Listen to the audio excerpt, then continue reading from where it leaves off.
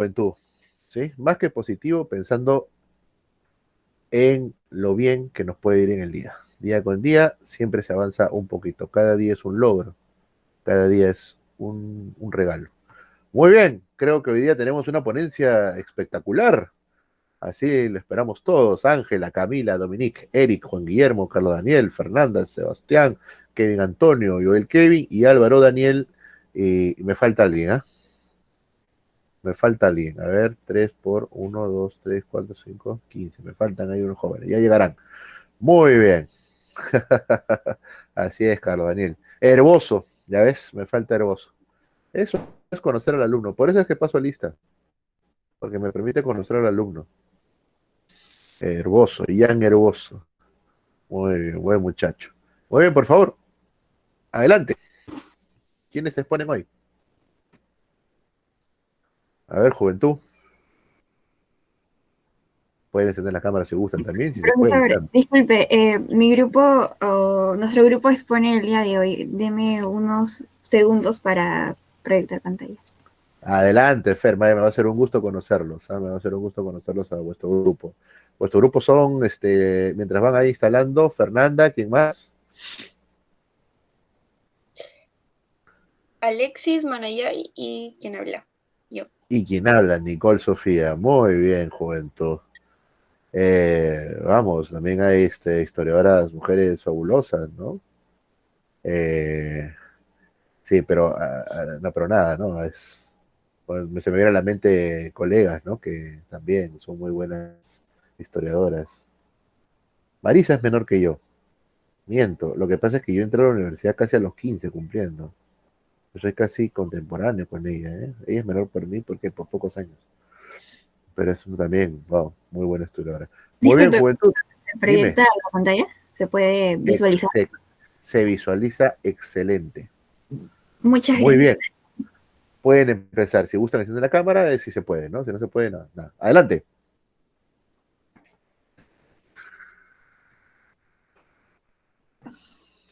Qué elegancia. Ya,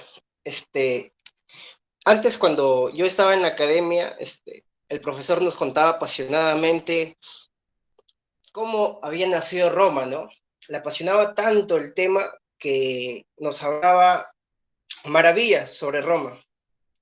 Sin embargo, nosotros nos preguntamos como alumnos, ¿cómo es posible que un imperio tan grande como este hoy en día no exista y haya caído? Buenos días, profesor. Buenos días, compañeros. En esta oportunidad hablaremos sobre las discusiones historiográficas sobre la caída de Roma desde la óptica de los romanos.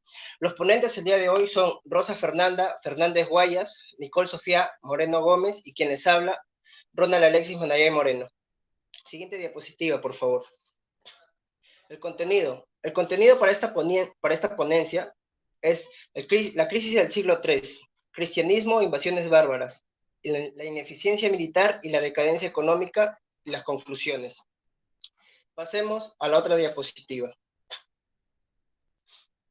Aspectos generales. Estos 3 puntos se resumen claramente con lo que el Instituto de Ciencias Humanidades nos menciona. Menciona pues que los romanos se desarrollaron en la península itálica y su capital se encontraba a orillas del río Tíber. Además, acotan que su cronología abarca desde la fundación legendaria de Roma en el año 753 antes de nuestra era hasta la caída del Imperio Romano de Occidente en el año 476.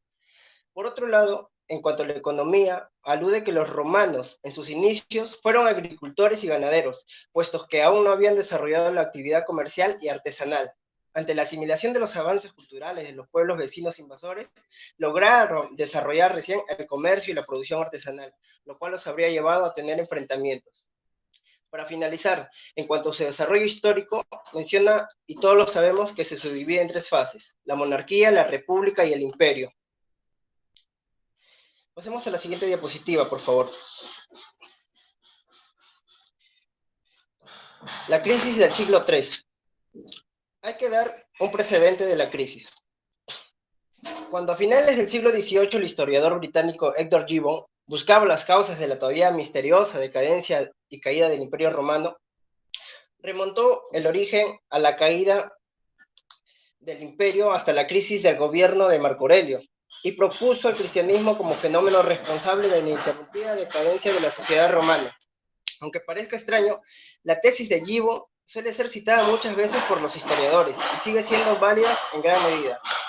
Pero la historiografía reciente ha propuesto también otro tipo de causas, si se las puede llamar más significativas. Por ejemplo, han puesto que la situación monetaria y financiera del imperio, que se remonta también hasta menos del gobierno de Cómodo, puesto que en la época de Séptimo Severo afectó mucho a la caída. Ahora sí, antecedentes del siglo III. El reinado del emperador Cómodo, hijo de Marco Aurelio, comienza una nueva era de matanzas y miserias. Por otro lado, una de las principales características que tenía este nuevo reinado era el poder que poseía el ejército. Para ponernos en contexto, el reinado del emperador Cómodo, hijo de Marco Aurelio, comienza una nueva era de matanzas y miseria. Una de las principales características que tenía este nuevo reinado era el poder que poseía el ejército. Por ejemplo, el ejército podía decidir a su antojo el destino del Estado. Este ejército que antes servía al imperio se convierte en el dueño y amo y actúa por medio de gobernantes a los que entroniza o derroca a su capricho y sin justificación alguna. Luego de esto, Cómodo había descuidado los asuntos administrativos y militares, por lo que en consecuencia surgió una fuerte oposición que concluyó en un tratado de paz con los germanos. Todo esto sería mal visto por las clases superiores del Imperio Romano, calificando este tratado de paz como una traición y una vergüenza, es decir, este tratado fue totalmente indecoroso para ellos. Al pasar por todo esto, el emperador respondió con medidas violentas ante ellos, y toda esta violencia terminaría por acabar con la vida del emperador, es decir, de Cómodo. Para contar algo sobre Cómodo, ¿no? Sabemos que este reinó del 180 al 192 después de Cristo. De este se menciona que es como un segundo Nerón o Domiciano, pues nos recuerda a los peores gobernantes de las dinastías Julia y Claudia. Absorto en su propia persona, pasó toda su vida en continuo libertinaje, entregado a su morbosa pasión por el arte de los gladiadores. Descuidó los asuntos militares y administrativos, y fundó todo su poder en la guardia pretoriana y apenas tuvo contacto con los ejércitos provinciales. Ahora sí, el siglo III. Tenemos que el siglo III inicia el término de una guerra civil que Séptimo Severo mantuvo contra sus rivales políticos, ante todo Didio Juliano en Roma, Pesenio Níger en Siria y Clodio Albino en Britania. Como es de saber, pues, cuando un emperador muere en cualquier parte del mundo, surgen revueltas, ¿no? Que terminan llevando a guerras civiles y suelen suceder distintos sucesos dentro del imperio que se encuentra en ese momento en crisis. En ese sentido, Rostovtsev menciona que los ejércitos provinciales aprovecharon la muerte de Cómodo para elevar el trono a sus favoritos. El Senado, por ejemplo, eligió a Elvio Pertinaz para ocupar el trono vacante, en la esperanza de que restauraría la tradición de los antoninos. Pero Pertinaz pronto fue asesinado por los pretorianos, ensorbecidos por los favores de Cómodo. De inmediato vendieron la sucesión a un rico senador, Didio Juliano. Los ejércitos provinciales se negaron a aceptar imposiciones de los pretorianos. Por esto, Lucio Séptimo Severo, comandante de los ejércitos de la Pannonia, en el Danubio, encontró fácil marchar sobre Roma con sus lirios y tracios, con el pretexto de vengar a Pertinaz. Este se había adelantado así a dos posibles rivales, Clodio Albino y Pesenio Níger, que mandaban ejércitos poderosos en Britania y Siria. Severo venció con facilidad a los pretorianos y tomó Roma casi sin lucha. Entonces tenemos que el siglo III inicia el término de una guerra civil. Disculpen un momento, por favor.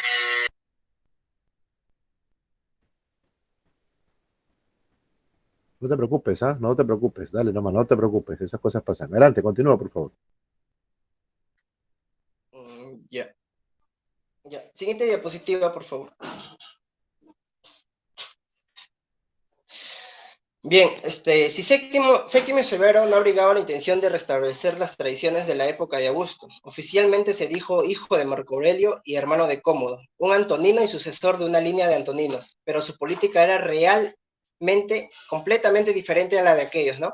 Sus opiniones políticas se concretan en las últimas palabras que dirigió en su lecho de muerto a sus hijos y sucesores, Caracalla y Greta. Les dijo: tened una sola idea, enriqueced a los soldados, no os preocupéis de lo demás. Su poder se fundaba por entero en la fidelidad de los soldados y por ese motivo dedicó toda su atención y su persona en el ejército.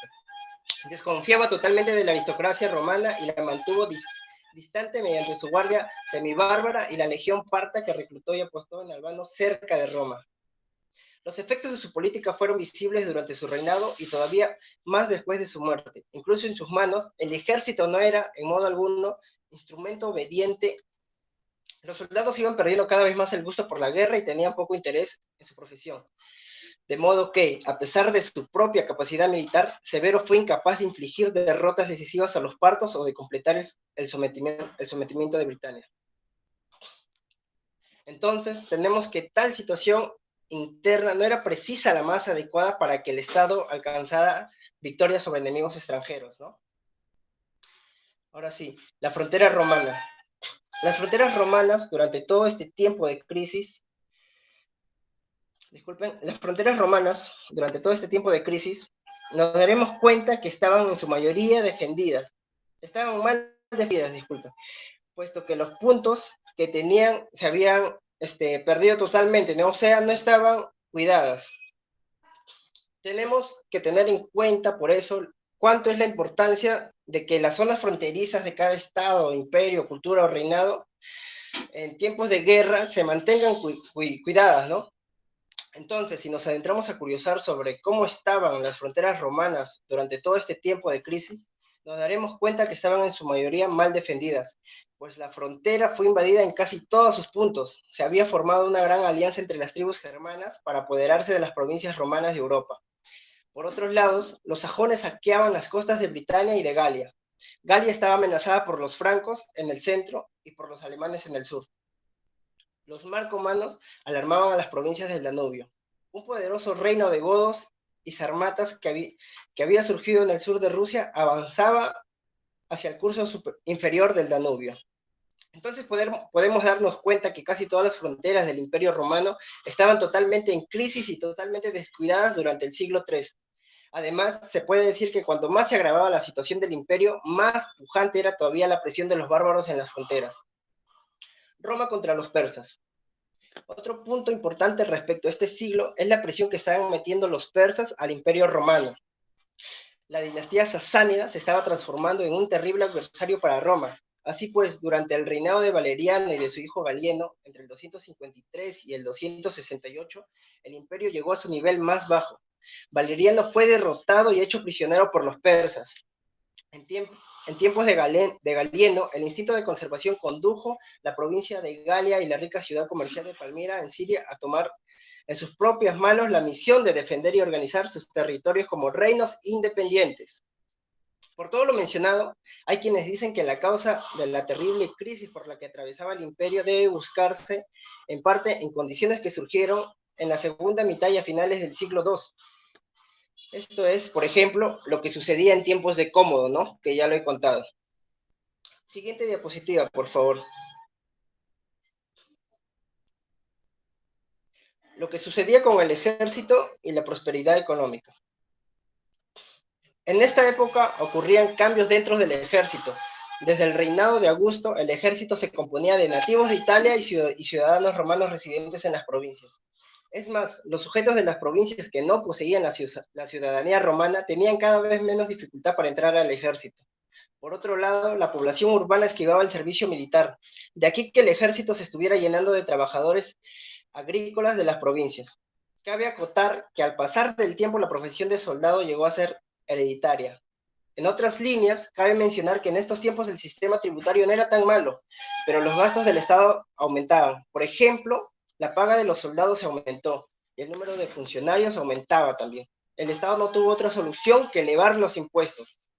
Como se puede observar, los impuestos se elevaron constantemente en el siglo III, haciendo, bajo nuestro punto de vista, que la relación Estado-pueblo no sea la más favorable en estos tiempos. En esa época tuvo lugar otro cambio radical en la composición del ejército. Hemos visto ya que durante el reinado de Augusto el ejército se componía principalmente de nativos de Italia y ciudadanos romanos residentes en las provincias. Las legiones se reclutaban dentro de esas dos clases, y aunque las provincias que no poseyeran la ciudadanía tenían cada vez menos dificultad de ser admitidos en sus filas, los legionarios procedían de las provincias más más civilizadas y el ejército todavía representaba a los habitantes más cultos del imperio. Sin embargo, ni siquiera Adriano pudo mantener ese sistema por más tiempo. Su ejército se reclutaba en las provincias en donde estaban apostadas las guarniciones permanentes. La población urbana eludía la obligación del servicio militar. De ahí que el ejército, tanto las legiones como las tropas auxiliares, se fueran llenando de trabajadores agrícolas de las provincias. La prosperidad económica del Estado se vio también afectada por los desastres que llenaron los tiempos de los últimos antoninos. Ya he dicho antes que el sistema tributario no era especialmente gravoso, ni siquiera para las provincias, pero los gastos del Estado seguían y seguían aumentando, ¿no? Como lo he venido contando. Siguiente diapositiva, por favor. Para finalizar con lo concerniente a la crisis del siglo III, Gonzalo Bravo menciona que en historiografía moderna se prefiere el término de transformación más que al de crisis para describir este largo proceso histórico, aunque resulta difícil negar este último carácter a los hechos históricos más significativos del periodo, tales como la progresiva devaluación monetaria, la acusada inestabilidad política, la situación religiosa, la disgregación de la unidad política imperial o los gobiernos de algunos emperadores. Pero quizás se trate también de un problema de enfoque, de perspectiva, puesto que signos que aparecen claros a nivel imperial no lo son tanto a nivel provincial o regional.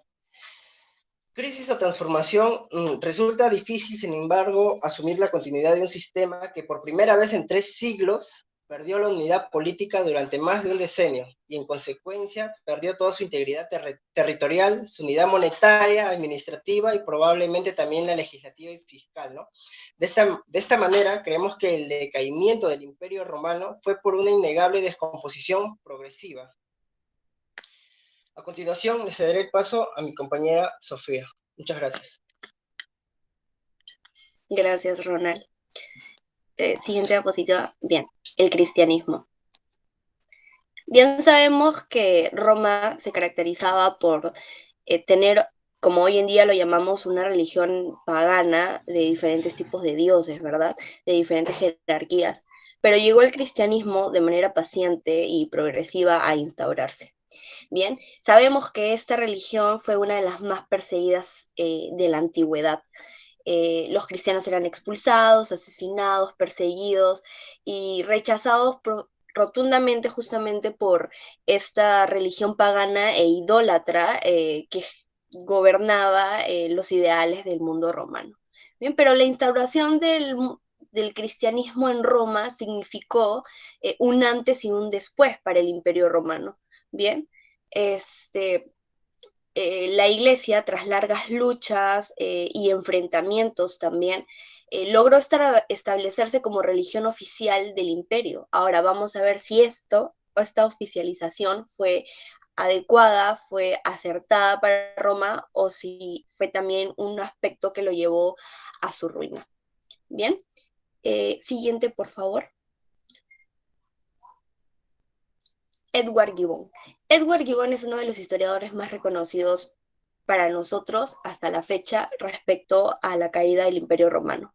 Bien, con su obra Historia de la decadencia y la caída del Imperio Romano, logró trascender y aportar de manera muy significativa a la historiografía moderna, gracias a un trabajo descriptivo sobre el Imperio Romano y su caída.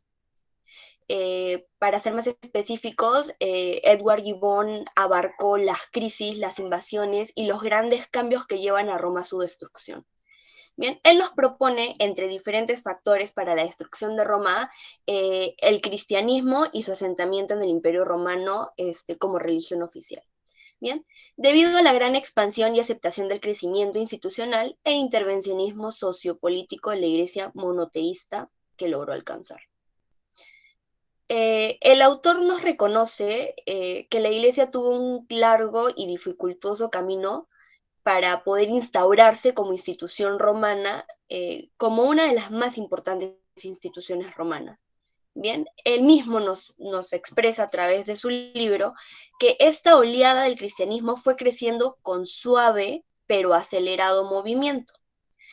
Bien, esta religión, es decir, el cristianismo, se vio enfrentada directamente contra la religión pagana de los romanos. Bien, que veneraban, como ya les mencioné, a diferentes dioses de diferentes jerarquías al mismo tiempo, como ya lo sabemos. Bien, estas se ven enfrentadas porque son prácticas totalmente distintas. El cristianismo se caracteriza por ser monoteísta, ¿bien? En cambio, las religiones paganas se caracterizaban por tener diferentes dioses y era lo principal en esa época, ¿bien?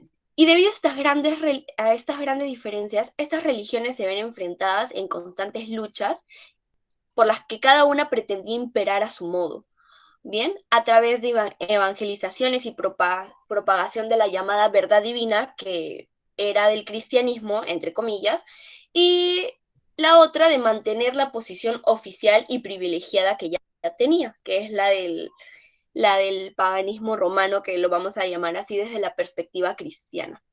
Bien, pero no será hasta el gobierno de Constantino donde las tensiones religiosas se van a evidenciar con mayor relieve respecto a sus ideales religiosos, es decir, ya existía cierta incertidumbre respecto a la posición de Constantino sobre la lealtad religiosa que existía. Bien, y el mismo Gibbon, lo vuelvo a citar, nos menciona esto, que nos dice que los cristianos y los paganos acechaban ya la conducta de su soberano con igual ansiedad, pero con sentimientos opuestos. ¿Esto qué quiere decir? Los cristianos estaban ya incitados por el fervor, es decir, estaban ya, digamos, alentados porque ya creían y se sentían ganadores de que Constantino los iba a aceptar dentro del sistema romano. Y ya los idólatras, por así decirlo, la religión pagana ya se sentía un poco desesperada porque se sentía muy acorralada por el crecimiento y la incertidumbre que se estaba mostrando por parte del emperador Constantino.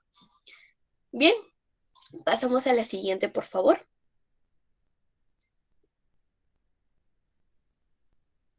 El edicto de Milán. Esto es algo bastante importante.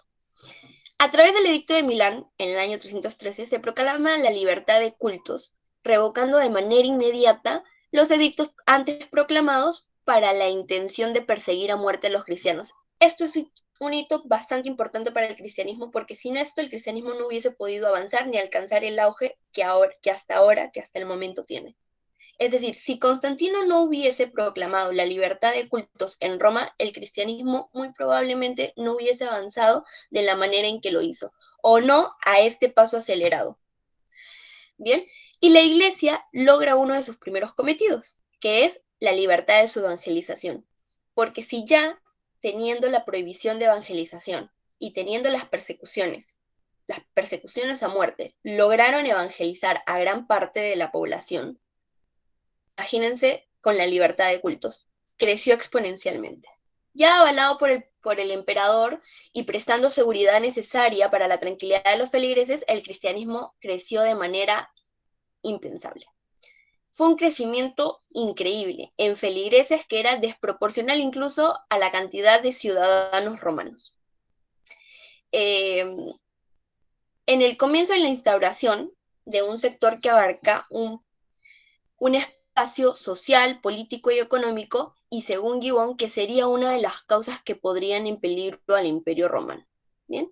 La institucionalidad de la Iglesia Católica en edad antigua y su rápida propagación fue gracias al acompañamiento y aceptación directa del mismo emperador Constantino, ya que según testimonios, le dio esperanzas a los mismos feligreses de poder seguir en su línea de evangelización.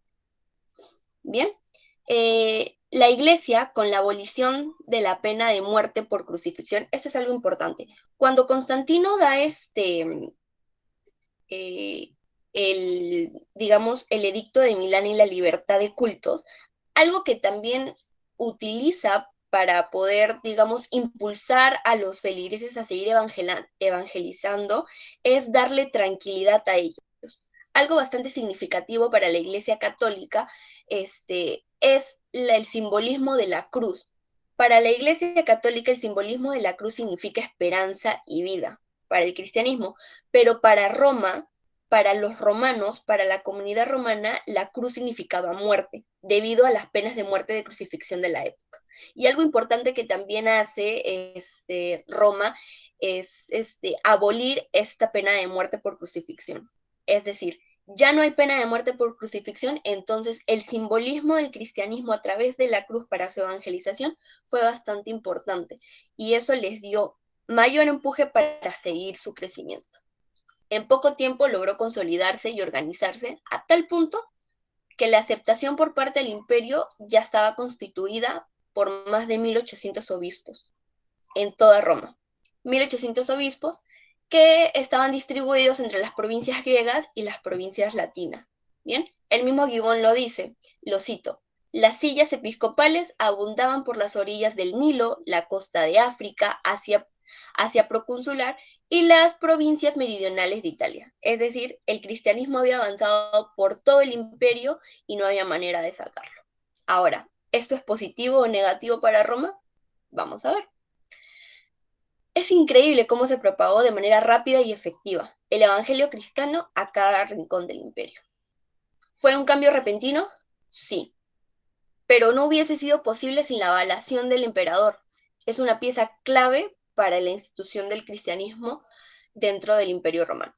Poco a poco la Iglesia se irá instituyendo en los asuntos del Estado. Al principio, la Iglesia cristiana tenía un enfoque netamente espiritual dentro de la población. Sin embargo, su gran auge y su gran expansionismo que logró, le va a dar cabida a que estos vayan inmiscuyéndose en ciertos asuntos estatales. ¿Y de qué manera? A diferencia del Estado, la Iglesia siempre se caracteriza por tener un contacto más directo con el pueblo. Es decir, caracterizamos al Estado por ser opresor, por el tema económico y político para el pueblo. Sin embargo, la Iglesia tiene un contacto más directo por medio de ¿qué? De los sacerdotes, de las religiosas y demás estratos dentro de la Iglesia, ¿verdad? Entonces, a través de los ideales que estos van propagando, ¿no? Y ya de la influencia que tenían sobre la población, es que la Iglesia poco a poco se va a ir inmiscuyendo en las ideas del Estado o en las decisiones del Estado que le favorezcan o no. ¿Por qué? Por medio del pueblo y la propagación de sus ideales. De esta manera, vamos viendo a través de Gibbon cómo es que la Iglesia se va posicionando a la altura del Estado. Es decir, antes se veía como una institución subyugada, ¿no? Que gracias al Estado se había podido consolidar y de repente, gracias a su crecimiento exponencial, vamos a ver de que ya está a la altura debido al auge y al prestigio social que ésta estaba adquiriendo. Bien, y se manifestó justamente por las preferencias de la población. ¿Cómo así? Era muy común observar un comportamiento dentro de la población en el que es preferente querer acceso a una élite romana que estaba englobada por el magistrado, el senado o el ejército, que era lo más, digamos, lo más accesible de los dos, ¿verdad? Que eran las de mayor prestigio que le podía conceder a una persona. Sin embargo, con el ascenso de la Iglesia Católica, los roles se invirtieron y debido a la crisis que ya se mantenía dentro del imperio, ahora pertenecer a la Iglesia Católica, en este caso, y alguno de sus roles dentro del clero, era ya una ocasión de prestigio para la persona. Y siendo de ese modo, lo consideramos un aspecto indirecto pero subversivo de influir en la decadencia del Imperio Romano. Siguiente, por favor. Las invasiones bárbaras. Las invasiones bárbaras son acontecimientos bastante conocidos para esa época. Nosotros relacionamos directamente, nos hablan de o nos mencionan caída del Imperio Romano y decimos invasiones bárbaras. ¿Pero por qué? ¿No? El expansionismo bárbaro de la época era inminente, es decir, los bárbaros estaban puestos por todas partes, Europa, Asia, acechaban desde aldeas pequeñas hasta grandes imperios y Roma no fue la excepción. Un aspecto favorable para los bárbaros es que Roma entró en crisis social, política, económica, y este aspecto de los bárbaros es que también logra desestabilizar de cierto modo al imperio, pretendiendo de distintas formas lograr introducirse en el territorio. Algo que me llamó la atención mucho dentro de mi investigación fue encontrar un pequeño poema dedicado justamente desde la perspectiva romana, y quiero leer un pequeño pedazo, aquí lo tengo, se los voy a compartir, que dice: ¿por qué nuestro emperador se levantó temprano esta mañana? ¿Por qué está sentado esperando en la gran puerta de la ciudad, elevado en su trono y con la corona puesta sobre la cabeza? Porque los bárbaros van a venir hoy. ¿Por qué las calles y las plazas a prisa se vacían y vuelven todos a casa con pujidos? ¿Por qué ha caído la noche y los bárbaros no van a venir? Y algunas personas han venido desde las fronteras con noticias de que ya no hay bárbaros. Y entonces, ahora, ¿qué va a pasar con nosotros sin los bárbaros? Al menos esa gente eran una cierta solución.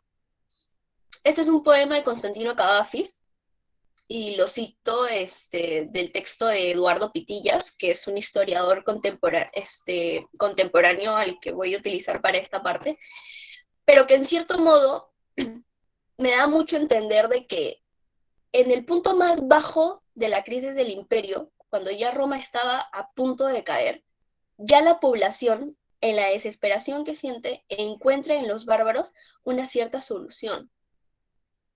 Es decir, ¿hasta qué punto tuvo que llegar Roma para que los bárbaros, con su comercio, digamos, con la forma o digamos, con la estructuración social y política y, digamos, económica también que llegaban, fueron para la población una solución?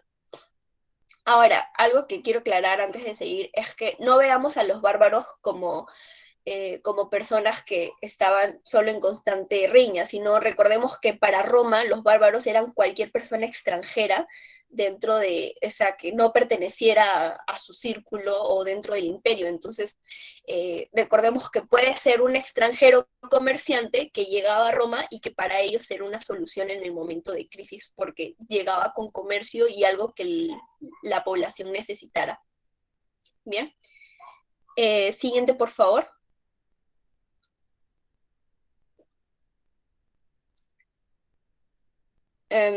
Bien, Eduardo Pitillas. Eduardo Pitillas es un historiador contemporáneo que presenta a las invasiones bárbaras como uno de los factores principales para la caída de Roma occidental.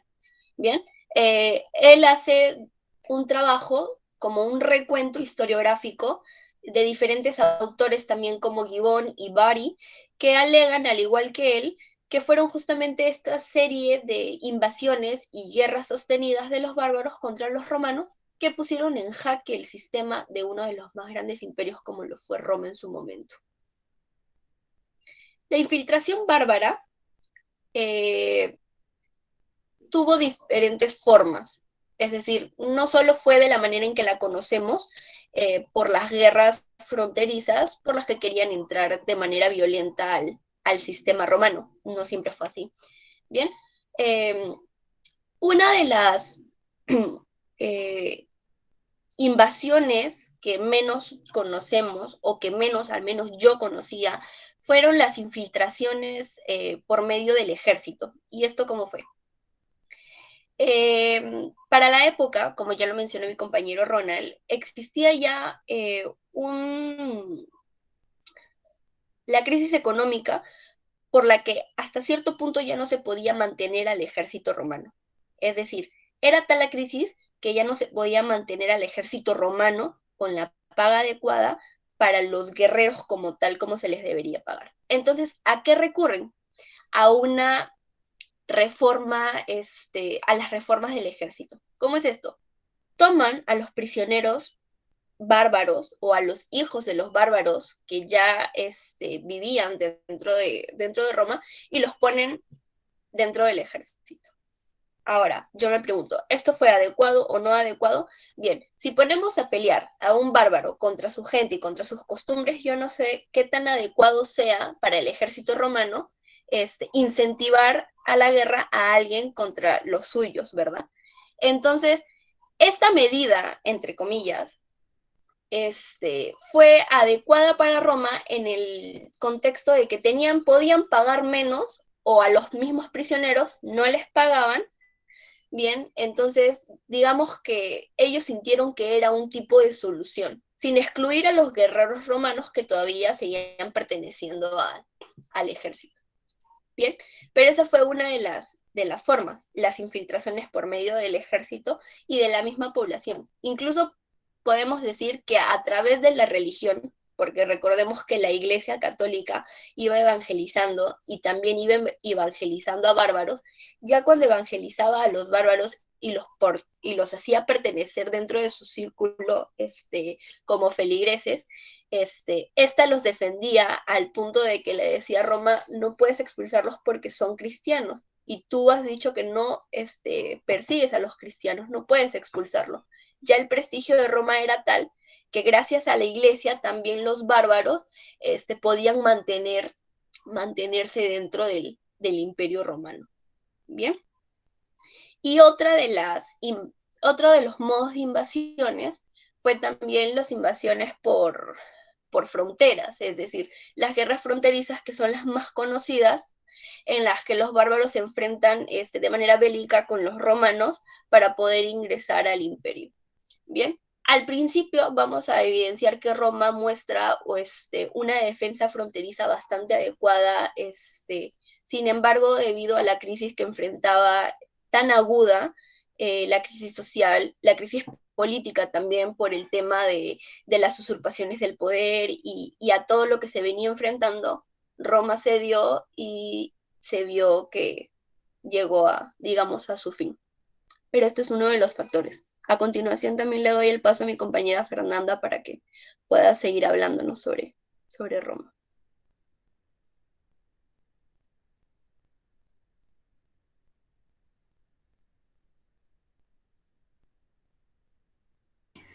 Ok, bueno, gracias por el pase. Bueno, acabaremos la ponencia con el factor de la ineficiencia militar y la decadencia económica. Bueno, primero reiterando, ¿se me escucha? Fuerte y claro. Bueno, muchas gracias, profesor. Bueno, primero quisiera dar una pequeña introducción a este punto.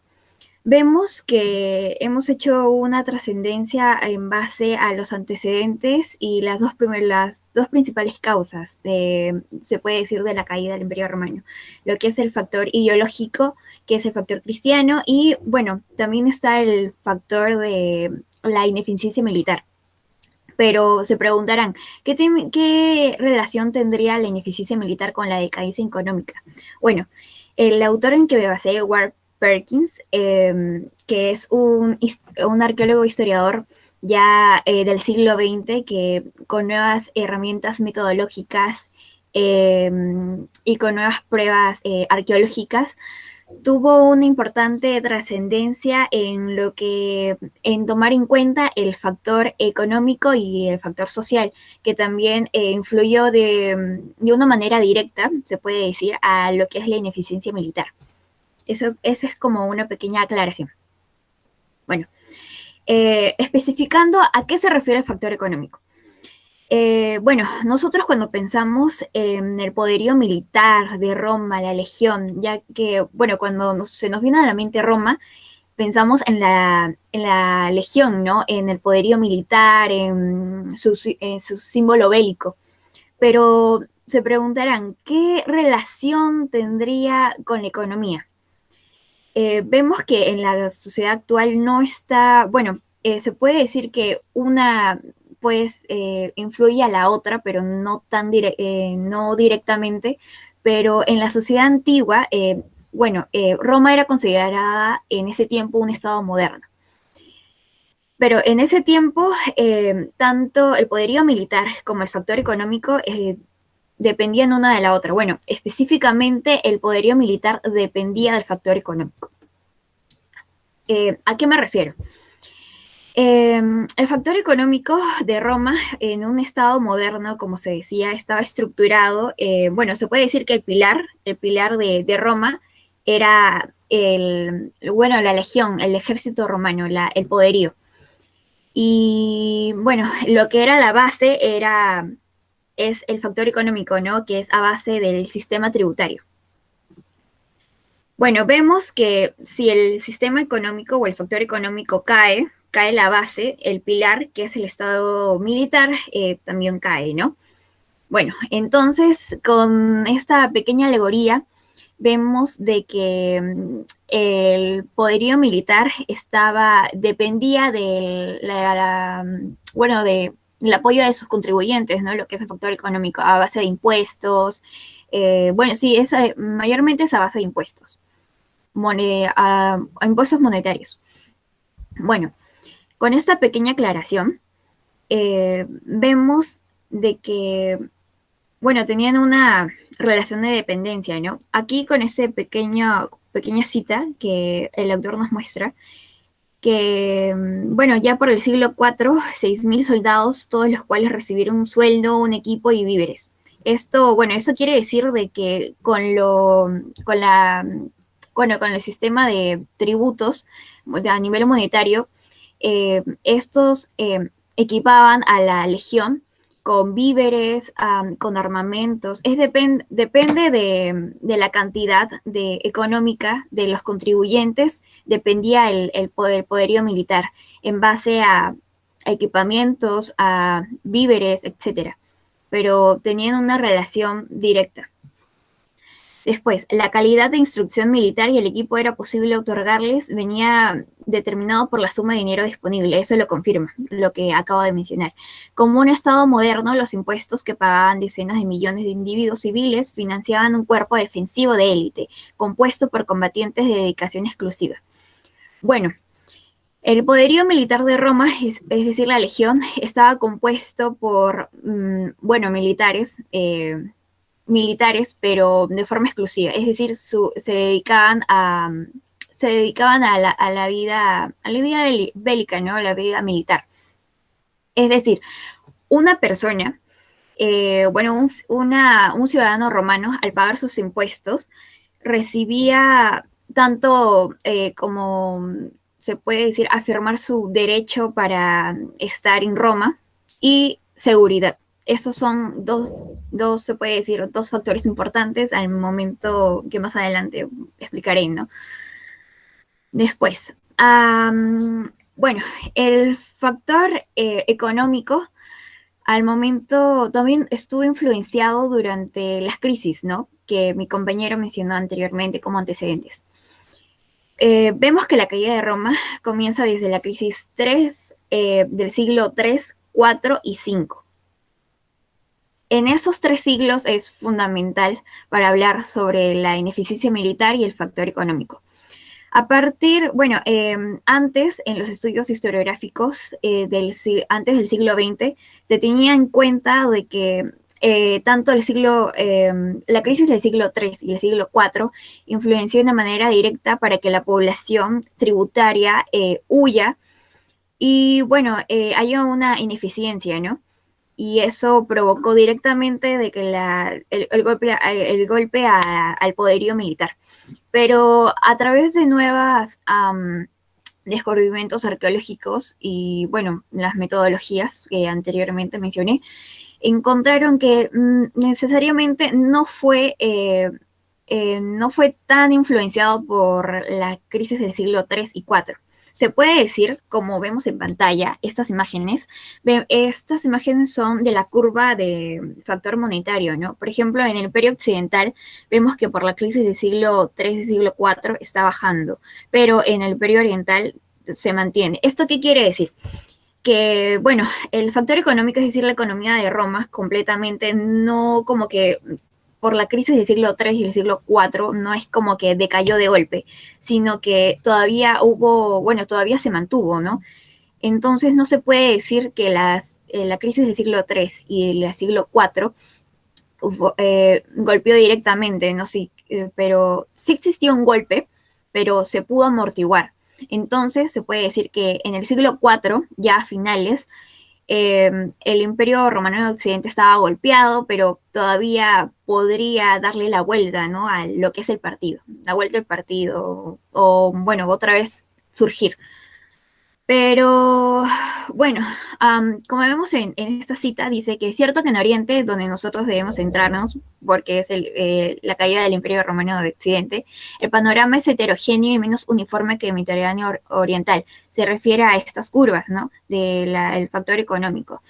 Algunas provincias parecen haber decaído durante los siglos III y IV. Se les comparaba con el alto grado de bienestar de la época imperial primera, pero en otras da la impresión que se estaba desenvolviendo muy bien hasta la época misma de las invasiones. Bueno, con esta pequeña cita confirma lo que yo antes estaba mencionando, sobre que sí pudo el Imperio Occidental, el Imperio de Roma Occidental, pudo amortiguar el golpe hasta las finales del siglo IV. Pero ya con diversas, con diversas situaciones en el siglo V, vemos que, bueno, llega a su final. A ver, siguiente diapositiva. Ok, desastres que influenciaron a la decadencia de los factores económicos. Bueno, como estaba mencionando previamente, pudo amortiguar el golpe el Imperio Romano Occidental hasta finales del siglo IV, pero ya con diversos desastres como, bueno, las invasiones bárbaras, pero no exactamente las invasiones bárbaras por sí. No directamente, no que los bárbaros directamente, wow, fueron se puede decir, un factor que influenció mucho, sino mayormente se debía a las invasiones, ¿no? Pero mayormente se debía a la ineficiencia militar que hubo de parte, bueno, a la estrategia militar que hubo internamente. Bueno, esos son los factores que por mi parte yo consideré, pero hay otros que se puede decir otras consecuencias, otros minifactores que son se puede decir de tercer grado, cuarto grado, hay varios factores que en realidad no pude tomar en cuenta porque, bueno, serían muchas, ¿no? Pero esos son, bueno, eso es lo que se ven en pantalla, son como que los factores de primer grado que se mencionan, ¿no? Que el autor menciona que influyeron directamente. Bueno, para relatar un poco la línea del tiempo, cómo los desastres influyeron, ¿no? En la caída. Bueno, contando lo que es el siglo V, contando con lo que es la caída del siglo V, vemos de que todavía se pudo amortiguar, ¿no? El golpe a finales del siglo IV, pero ya a partir del siglo V, con las invasiones bárbaras y las luchas internas, bueno, recordemos que mi compañero mencionó que las crisis durante el siglo III y IV se debieron a crisis políticas internas. Y bueno, eso también influenció. ¿De qué manera? ¿De qué manera? Bueno, vemos de que con las crisis internas, cada legión, se puede decir que cada entidad política tenía su propio ejército. Es decir, entonces, si venía una invasión, o es decir, un pequeño grupo bárbaro de una pequeña parte del Imperio Occidental, y justamente ese era el territorio, disque territorio de la entidad política. Entonces, y su parte del ejército no podría combatir totalmente contra este grupo.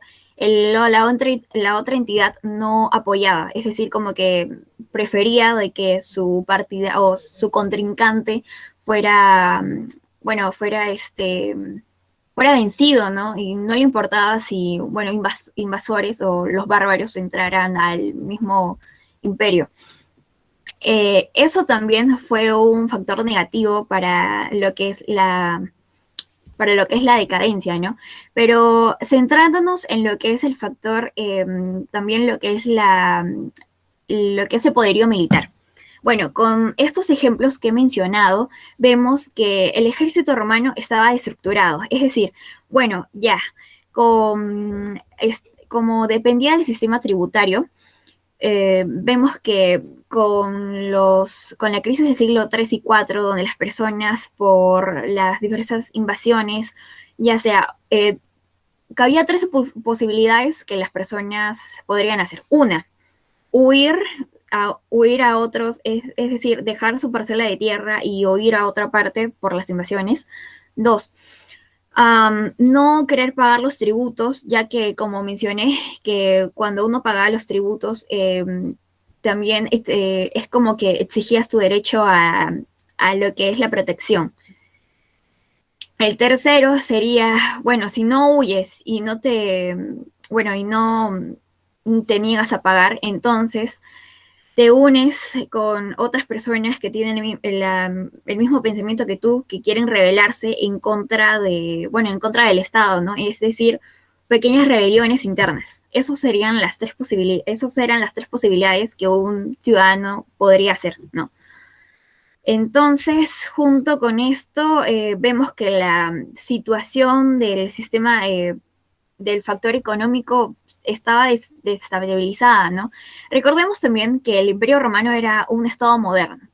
Bueno, era un estado moderno, pero en las sociedades actuales vemos de que cuando hay, por ejemplo, crisis económicas, por ejemplo, como inflación o, bueno, circunstancias así, hay entidades como lo que es el Banco de Reserva, ¿no? La SBS, pero para en ese tiempo, en el mundo antiguo, no existían esas entidades, ¿no? Simplemente se regía a base del sistema tributario, pero no habían entidades que aseguraran, ¿no? Entidades económicas que aseguraran. Entonces, eso fue también de una manera, faltas de estrategias, ¿no? A nivel tanto económico. Bueno, se puede decir que en su época no habían ese tipo de estrategias, ¿no? Que más adelante se verían. Y bueno, en el factor militar, como estaba reiterando, de que no había una reestructuración, ¿no? Lo que es la parte del... Bueno, el ejército no estaba de todo reestructurado, había como que las diversas entidades políticas tenían parte del ejército romano en cada parte en cada disque territorio suyo, ¿no? Y no estaba, una de las estrategias que plantea el autor es de que si hubieran centrado lo que es el ejército romano o lo que quedaba del ejército romano en un punto y luego lo distribuían al momento de que habían diversos ataques de los bárbaros, hubiera sido eficiente a la hora de combatir, ¿no? Es decir, bueno, el imperio no hubiera caído en el siglo V, tal vez más adelante, pero no hubiera caído en las circunstancias que cayó, ¿no? Que cayó. Bueno, con esta pequeña cita, en abril el gobierno occidental necesitaba con urgencia más soldados y cada nuevo recluta se ofrecía una gratificación de 10.000 soldi de oro al alistarse, pero el pago de 7 quedaba pospuesto hasta que la situación se resuelva.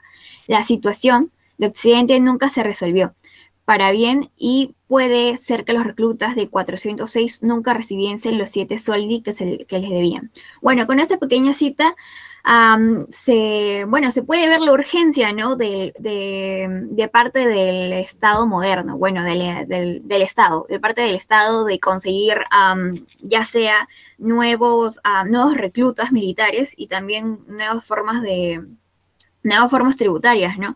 Por ejemplo, al momento de que una parte del imperio occidental era vencido, entonces a las otras partes era aumentado el precio del tributo. Eso también aumenta los factores de que no querer pagar los impuestos, el hacer pequeñas riñas, rebeliones internas y el huir, ¿no? Porque simplemente huir de la desesperación. Eso sí, aumenta también la crisis y también aumenta lo que es la decadencia del poderío militar, ¿no? Bueno, creo que eso sería todo por mi parte y tendremos la conclusión. Muy bien los tres, ¿ah? Muy bien, Rosa. Fernanda, muy bien.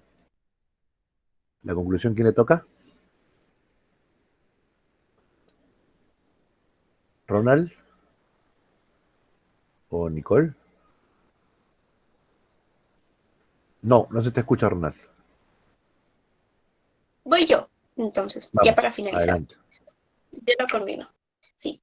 Es que ya para concluir de manera englobando cada uno de los puntos que ya cada uno de nosotros, tanto Fernanda, Alexis y quien les habla, ha explicado, vamos a llegar a la conclusión que, digamos, para entender al Imperio Romano no podemos verlo desde una sola perspectiva, sino hay que verlo desde diferentes perspectivas y entender qué son los diferentes factores que nos llevan a concluir que el Imperio Romano llega a su fin justamente por la convergencia de estos factores, tanto de la crisis que se dio durante el siglo III y que se prolongó a través de los siglos, es decir, no solo ahí, sino que a partir del siglo III fue continuando o arrastrándose estas problemáticas. También la instauración de una iglesia individualista que, a pesar que tenía la visión de, digamos, trabajar para el Estado, realmente trabajaba para sus propios intereses, y eso lo vemos por medio de cómo se fue, digamos, cómo fue desarrollando su comportamiento frente al Imperio Romano y también a los bárbaros, es decir, estaba para ambos bandos, a pesar de que como portada decía estar para el imperio, y eso también fue uno de los factores. La crisis que afectó al sistema económico romano, a la sociedad romana y también a la política romana, que también fueron factores que influyeron mucho en la decadencia de Roma. Es decir, algo importante y un aprendizaje que nos deja esta investigación a cada uno de nosotros es que no podemos entender la caída de Roma desde una sola perspectiva o desde un solo factor. No podemos decir de que la caída de Roma se dio solamente porque llegó el cristianismo o porque llegaron los bárbaros y se acabó todo. No, es una serie de acontecimientos que convergieron en un momento y espacio determinado que dio o que ocasionó que un imperio de tal magnitud llegara a su fin. Y por lo pronto eso es todo por nosotros y espero de verdad que les haya podido gustar la ponencia. Muchas gracias a todos. Muy bien, juventud, un aplauso para los tres que lo han hecho, pero estupendo. Bueno, Fernanda, reiterando, aquí están nuestras referencias de nuestros autores si alguien está interesado. Bueno, ya, muchas gracias. Gracias. wow, los tres, la verdad que lo han hecho estupendo. Ronald, Fernanda, Nicole, y ahora, por favor, creo que tenemos muchas preguntas. Tenemos la caída de Roma, nada menos, ¿no? A ver, por favor.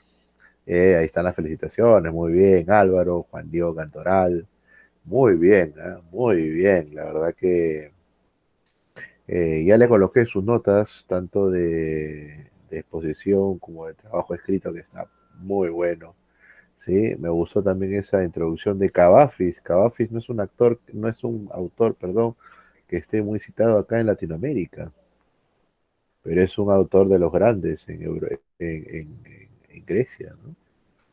Muy bien, ¿ah? ¿No? Al final esperaban a los bárbaros, pues, ¿no? Muy bien, muy bien. Juventud, a ver, que empiecen las preguntas. Carlos Daniel, Álvaro, Kevin Antonio, Juan Diego, Juan Guillermo. Así es, Carlos, muy buena exposición, la verdad. Todas, en verdad, las que han venido, los que han venido desde la primera de Egipto hasta ahora me han sido de muy grato recuerdo, de muy grato trabajo. Muy bien, a ver, Eric Anderson, a ver, el señor Eric trabajó también en forma estupenda el tema de la soldadesca, ¿no? ¿Tú ves algunas diferencias entre la soldadesca y la estructura de mando militar de los griegos con los romanos? ¿Qué dices, Eric? Adelante. ¿Qué tal? Buen día. Felicitar a los compañeros. ¿Se me logra escuchar? Sí, se te escucha. Un poco bajo, pero se te escucha bien. Bien. Bueno, felicitar a los compañeros por la muy buena ponencia. Estuvo súper interesante. Y bueno, con la pregunta que me acaba de hacer, la verdad es que los romanos heredaron mucho de los griegos. En este caso, lo que podría rescatar sería las formaciones militares, ¿no? diversas, en este caso, formaciones, por ejemplo, lo que muchos conocemos como falange oplítica, se podría haber retratado de cierta manera o al estilo romano con lo que sería el testudo, ¿no? El testudo muy utilizado en las defensas romanas. Asimismo, Roma ha sido cuna de grandes generales en el campo de la milicia, ¿no? Eh, Dos claros ejemplos, Pompeyo Magno y César, que bueno, en el enfrentamiento de ambos ganó bueno, lo que sería el tirano, ¿no? César. Además, hago hincapié pues, en las referencias que tomaron también, súper importantes, la inclusión de los bárbaros en el ejército romano fue un punto súper importante porque me hizo recordar al general de origen germano, si no me equivoco, Arminio, que bueno, básicamente fue el responsable de que casi toda una legión desapareciera en los bosques alemanos de Teutoburgo, si es que lo pronuncio bien, perdón. Y bueno, súper interesante también lo de la religión y lo de los conflictos, bueno, políticos, económicos que vivió Roma en su decadencia ya. Y básicamente lo que se podría rescatar de Roma en estos últimos años fue que la misma población se dio cuenta de que de alguna manera estuvo excluyéndose tanto de lo que tras la frontera se encontraba como eran los pueblos bárbaros o el mismo imperio persa que se estaba formando en Oriente, que digamos su mismo es la misma, digamos, exclusión misma de Roma, ¿no? Verse como muy centralista en el ámbito europeo o en el mundo antiguo, le vino para mal, porque llegar de golpe las invasiones bárbaras, más, digamos, la serie de situaciones complicadas en el ámbito económico, las querellas políticas, las rencillas, incluso porque leyendo un poco también lo que nos había dejado sobre los textos romanos de época, al mismo Plutarco, habían en la sociedad romana, digamos, era básicamente una sociedad muy corrupta, muy corrompida desde dentro, desde el hecho de que los mismos partidos, bueno, en esos entonces, digamos, los partidos políticos muy antiguos como los mismos senadores, que el hecho de ser un senador no significase que se iba a enriquecer de tal manera como lo es ahora, ¿no? Con nuestros políticos que llegan a la política y de tal manera logran forjarse, digamos, cierta, o perciben más dinero incluso que antes de su participación tal en la política. El hecho de ser un senador romano implicaba gastos, primero en las coimas que debías pagar para que tus adeptos pues dieran tal, digamos, propaganda en las calles romanas. Luego el hecho también de la protección misma, ¿no? Había mencionado la guardia pretoriana de Cómodo. Los senadores también tenían su propia guardia personal, implicaba también esto. Incluso la excesiva burocracia en los últimos años de Roma hacía que el gasto público sea pues, superior a lo de a los demás años, ¿no?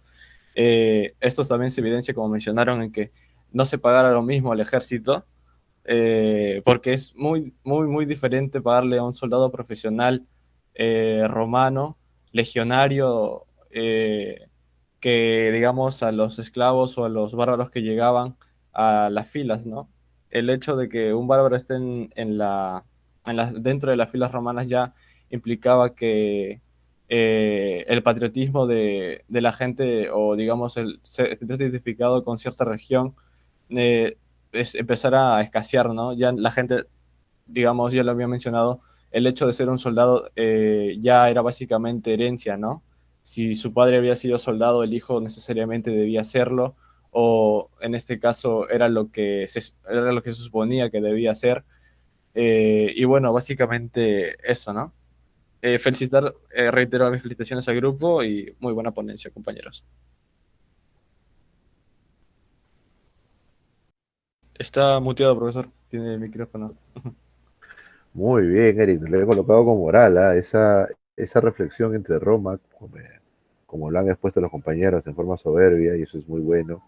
Y este antecedente que mencionas con el estudio de los griegos, pues esa es una reflexión oportuna, ¿no? Para el tema de este, para el tema del aprendizaje del curso, ¿no?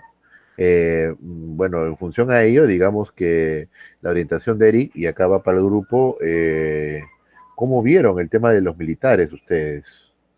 ¿No? ¿Fue algo positivo? ¿Fue algo negativo el tema de los bárbaros? ¿A la larga, a la corta? ¿Fue el motivo de su debacle? A ver, ¿cómo lo ven? Sí, Nicole, Fernanda o Ronald, adelante, por favor. Ejército y bárbaros, ¿no? Sí, profesor. Yo trabajé más o menos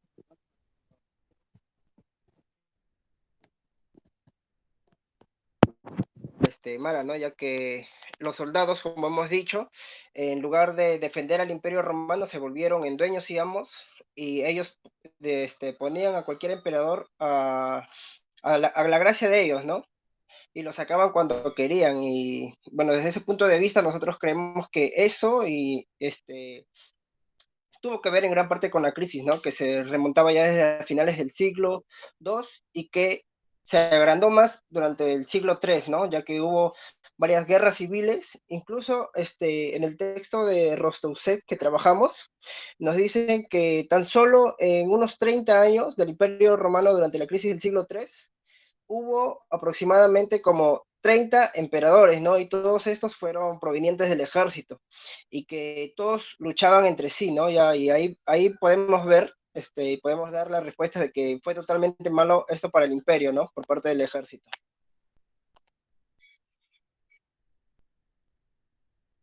Profesor, bueno, Está me muteado, gustaría profesor.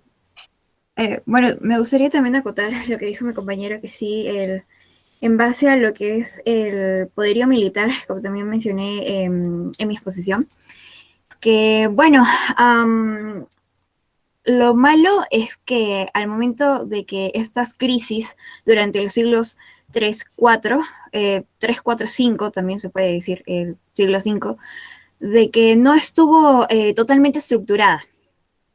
Como también mencioné, de que había, bueno, la legión estaba distribuida a diversas partes, ¿no? A entidades políticas que se enfrentaban mutuamente. Es decir, estaban más concentrados en lo que es la guerra civil, pero no en las invasiones externas. Y eso también fue un punto de quiebre. Y también lo que es el factor económico, al no proveerles tanto de equipamiento y de provisiones, mayormente la mayoría disertaba, ¿no? Hasta llegar al punto de convocar hasta esclavos, ¿no? Esclavos o, bueno, los mismos bárbaros, los mismos extranjeros, ¿no? Pero también a limitar, a llegar al extremo de convocar a esclavos, ¿no? Es como que el orgullo romano como que quedó ahí por la necesidad. Y de esa manera, al tener civiles que combatían, también de una manera es, bueno, también no es una estrategia, ¿no? Una buena estrategia al poner civiles que no están dedicados a, como la Legión, que decía que estaba dedicados toda su vida a lo que es la vida militar, es como que también un factor, ¿no? La inexperiencia, la desintegración, ¿no? La distribución, la desintegración. Y bueno, eso es lo que acabó destruyendo, ¿no? Lo que es como dije, el pilar del Imperio Romano. Y bueno, así poco a poco fue la caída en el siglo V. Progresivo. Muy bien, eso es algo muy importante. Y es algo que nos olvidamos cuando no tomamos en consideración la historia antigua. La caída de un imperio no es que ya mañana cae y pasado freímos papas, ¿no? Está muy bien lo que menciona tanto Ronald como Fer. En realidad, la caída de un imperio, en el caso romano, fueron siglos. ¿Mm? A veces, por ejemplo, ¿no? Voy a considerar algo muy contemporáneo, ¿no? El Imperio Romano fue derrotado en múltiples ocasiones, aun cuando ya estaba en su periodo de apogeo. Y eso no significó su fin. Creo que ustedes, jóvenes siempre bien perspicaces, saben a lo que me refiero cuando digo el tema de la actualidad, ¿no? En referencia concreta al retiro de las fuerzas militares del actual imperio. ¿Mm? Entonces eso no va necesariamente, ¿no? Pero muy bien, ¿ah? Muy bien. Más preguntas, juventud. A ver, adelante, Dominique, Joel, Kevin, Juan Guillermo, Carlos Daniel, Álvaro, Juan Guillermo. Adelante, caballero, por favor. Le escuchamos fuerte y claro. Bueno, profesor, no es tanto una pregunta, sino un comentario que yo tengo, ¿vale? Y es con respecto a la figura del emperador Cómodo, ¿no? Esta mala fama que se le ha hecho a raíz de su gobierno, ¿no? Y cómo ha llegado su fama hasta llegar a una película, ¿no? No sé si algunos conocerán. Bueno, la cuestión es que yo quería hacer un comentario con respecto al contraste que existe entre Roma con respecto a sus malos emperadores y los incas, ¿no? Porque en cuanto a los incas, si se sabe que si un emperador, o sea, digo, si un gobernante, si un soberano en su gobierno no conseguía logros y que por el contrario no era fructífero su gobierno, este soberano pasaba a ser olvidado y no ser tomado en cuenta para los registros. Esto ocasiona que a día de hoy no se tenga con seguridad plena que no se tenga en cuenta cuántos incas hubieron a lo largo del Tahuantinsuyo, ¿no? Y caso contrario con Roma, ¿no? Y Cómodo, que se sabe que ha sido un emperador muy odiado, ¿no? Con mucha mala fama, y que es recordado por eso, y queda en sus registros como emperador, a pesar de que no haya sido fructífero su gobierno, ¿no? Caso contrario en el Tahuantinsuyo, como que si un soberano, como ya lo mencioné, si no era fructífero en su gobierno y eso pues pasaba a ser olvidado, así nomás, y no se le tomaba en cuenta en los registros. Eso, profesor. Muy bien. ¿Algún punto de comparación, por favor, juventud, o algo en referencia al tema de gobierno? ¿Sí?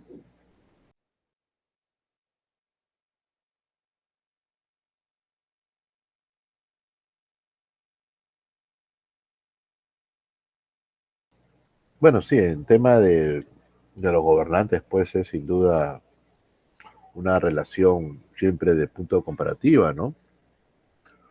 Eh, Tal vez el asunto sea que eh, no, lo que comentó su compañero era eso, un comentario, ¿no?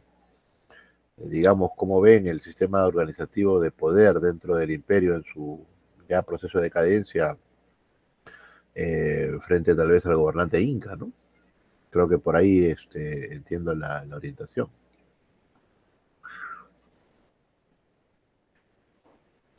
Ya, a ver, profesor, sí, el compañero mencionó a Cómodo. Bueno, como yo he mencionado, él, una característica que tenía él es que obedecía a sus placeres, ¿no? Y el compañero ha hecho, una extrapolación comparando, pues, el Imperio Romano con el Imperio Incaico, ¿no? Yo creo que le puedo dar una interpretación ahí más al libertinaje que tenía cada imperio, ¿no? Por ejemplo, con Cómodo, ¿no? Como estoy mencionando, creo que este imperio tenía más libertinaje que el imperio inca, ya que veo que el imperio inca, tiene como que más abstinencia, o sea, no son tan libertarios como esto, ¿no? Es quizá porque por eso que se le recuerda, así se le recuerda Cómodo, ¿no? Y en el Imperio Inca no se le recuerda digamos, emperadores, entre comillas, ¿no? Tal vez por el libertinaje. Me voy por ahí yo. Muy bien, muy bien. Hay unos puntos interesantes, ¿no? Y por supuesto, siempre es válido cualquier eje comparativo que tenga como propensión, pues, obtener fruto, ¿no? Muy bien. Vi también algunas manitos, ahí está, gracias. Ahora Carlos Daniel, luego Juan Diego Cantoral y luego Álvaro Daniel, en ese orden, ¿sí? Muy bien. Adelante, por favor. Sí, profesor. Bueno, yo también quería hacer un comentario, ¿no? Adelante. Pareció muy interesante. Sí, primero saludar, ¿no? A los compañeros por la exposición, estuvo muy interesante, la verdad. Y bueno, yo quisiera comentar más que nada, ¿no? Sobre lo que ya había comentado también mi compañero Juan Guillermo, esta cuestión del declive, ¿no? A nivel político se podría llamar, en tanto a los gobernantes, ¿no? Tengo entendido pues que, bueno, o al menos se puede mencionar, ¿no? Que todo imperio pues tiene su etapa de apogeo, inicio y su declive, ¿no? En este caso Roma pues tuvo una gran duración, ¿no?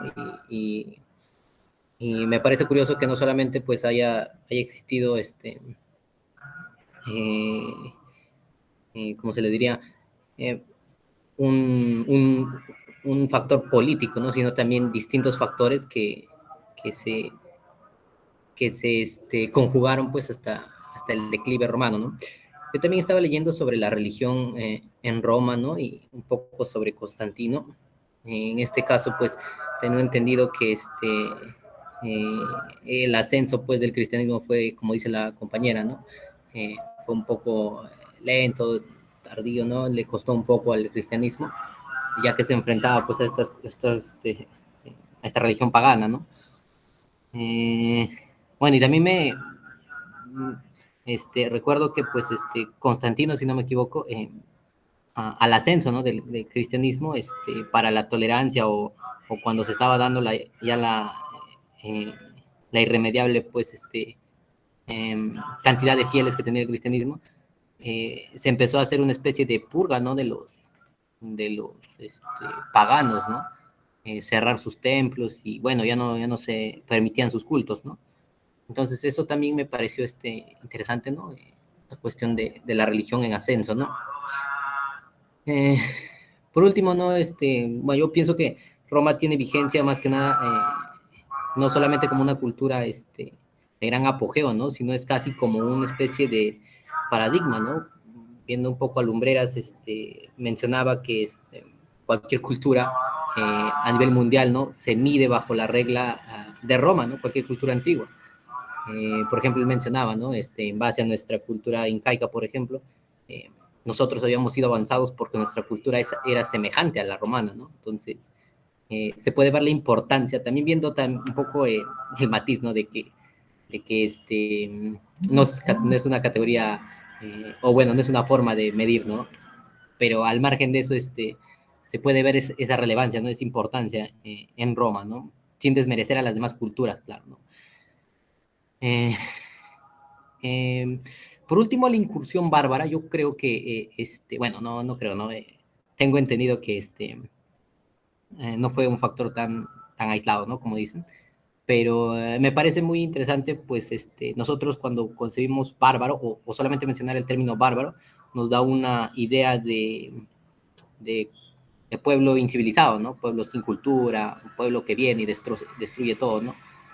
Y no era tanto así, yo leo un poco sobre estos pueblos fuera de Roma. Cartago era un pueblo bárbaro y no era tanto ese matiz, ¿no? Lo que sí es que hubo un declive, ¿no? Quizá un intercambio cultural ahí muy interesante y junto a otros factores, pues se vino, ¿no? En el final de lo que sería el gran imperio romano, ¿no? Creo que eso sería todo.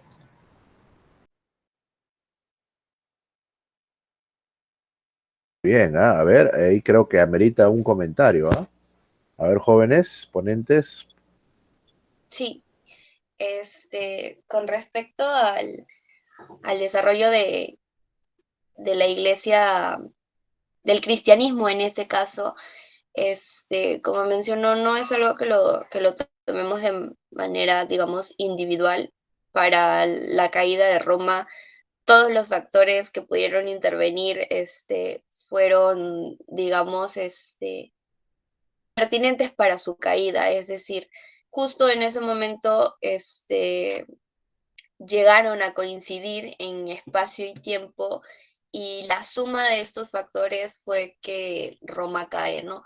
Con respecto al cristianismo y su instauración, como ya lo mencionamos y como también lo mencionó el compañero mediante su comentario, si no hubiese sido por Constantino, y creo que eso podría quedar bastante claro, si no hubiese sido por Constantino y la idea de, digamos, de en cierto modo ser parte del cristianismo, aunque al principio con sus dudas, la iglesia la iglesia monoteísta cristiana no hubiese podido instaurarse como, digamos, como lo hizo en Roma en ese momento.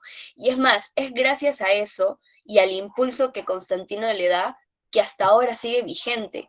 Creo que es una de las pocas religiones antiguas que hasta el momento sigue vigente, ¿no? Y con la cantidad de feligreses a nivel mundial, porque su expansión, digamos, fue tan explosiva, ¿no? Que ha logrado llegar a cada punto digamos, del mundo, ¿no? Pero enfocándonos en Roma, fue gracias a que Constantino, a través del Edicto de Milán, que da la libertad de cultos, es decir, revoca los edictos que antes se daban contra los cristianos, porque no querían que el cristianismo se interpusiera entre la religión que ya existía. Entonces, a través de esto fue el primer paso para que el cristianismo digámoslo así, se institucionalizara dentro de Roma, ¿no? Y una vez dado este paso, el cristianismo se aferra a Roma, a sus ideas, y crece de manera exponencial. Y algo que caracteriza, creo yo, a esta iglesia es que pudo aprovechar cada oportunidad que se le daba. Y ahora, con decir oportunidad, me refiero a no solamente a un aspecto de que Roma le da oportunidades, no, una oportunidad de donde le viniera. Si la Iglesia Católica tendría oportunidad por parte de los bárbaros, la Iglesia Católica iba con los bárbaros, o si iba con Roma, pero de manera individual, ella veía por su subsistencia de ella misma.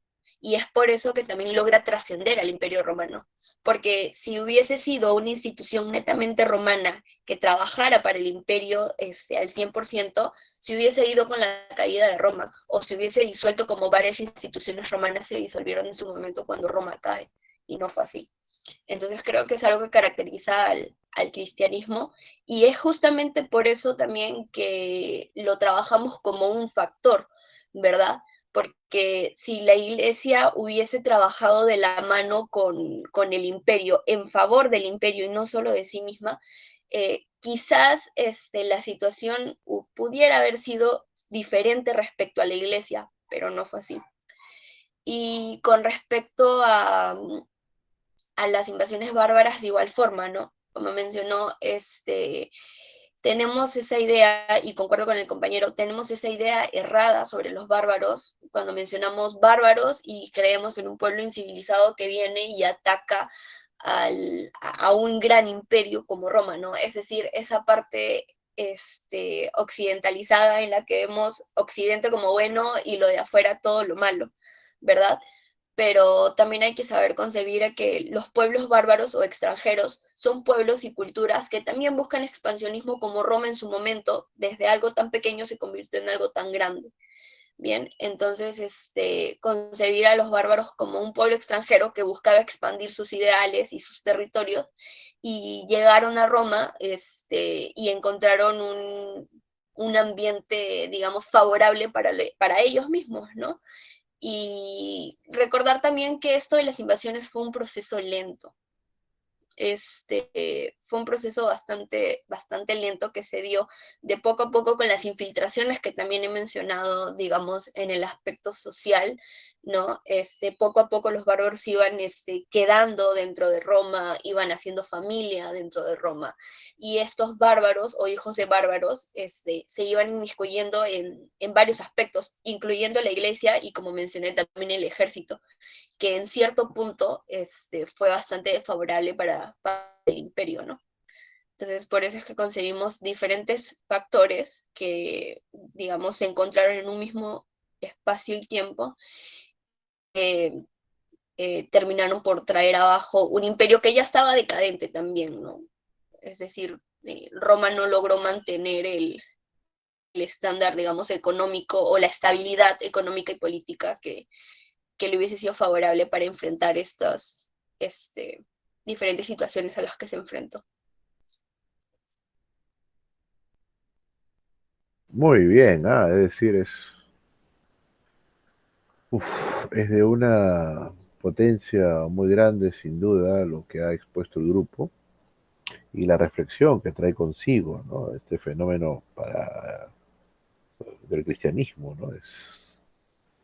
Y de alguna manera es lo que luego se, se permitió como la llave, ¿no? Para la continuidad en Oriente, ¿no? Esa también es una situación que, bueno, siempre me apena que decir que no vayamos a tocar, ¿no? Porque hay relaciones y también está presente la religión, como muy bien lo ha puesto Nicole, ¿no? Muy bien, Juan. Y tenemos muchas gracias, compañeros, a Juan Diego Caldoral y luego a Álvaro Daniel. Sí, profesor. Más que nada quería hacer de alusión a lo que serían los problemas sociales de Roma. Bueno, Roma siempre ha tenido problemas sociales a lo largo de, por decirlo así, su desarrollo como imperio. Revés ha gozado de tiempos de estabilidad social. Ello justamente me hace recordar al escrito de Plutarco de Vidas Paralelas cuando hacía mención a Cicerón, por ejemplo. En Cicerón, si mal no recuerdo, siempre habían ciertos tipos de variaciones en lo que respecta al contexto social, dependiendo de las decisiones que él tomaba como cuestor, dependiendo si apoyaba al pueblo o si es que criticaba a legados de los grandes gobernantes como sería Marco Antonio. Inclusive, en una parte del texto nos hace una alusión a lo que sería también el accionar de ciertos entes administrativos. Voy a hacer cita de ello, el cual decía: pero no faltaban genios turbulentos que trataban de mover y trastornar el estado presente, no con la mira de mejorarlo, sino con la de saciar sus pasiones. Entonces, siempre a lo largo del gobierno de Roma han existido, bueno, el término corrupción sería una palabra muy compleja, pero sí podríamos decir de que han existido cierta inestabilidad social. Claro, obviamente ellos se han mantenido hasta los periodos de su caída y esto junto a los otros factores que nos han mencionado nuestros compañeros, pues generaron lo que sería pues su caída. Bueno, solo ello.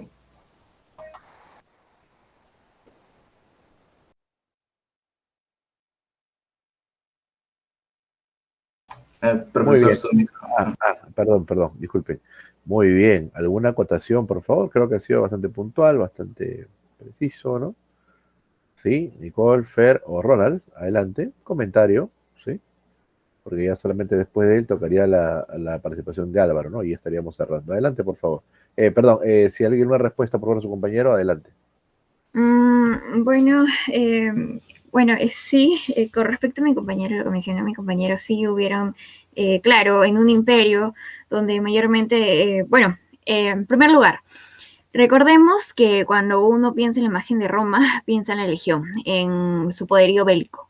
Ok, entonces, mayormente Roma es conocida por sus conquistas. Es por ello que Roma no tiene tanto, se puede decir que no tiene tantas, no se dedicaba mayormente a la vida de, la vida de académica, no sé, mayormente bélica, es decir, a su poderío a su poderío del ejército, ¿no?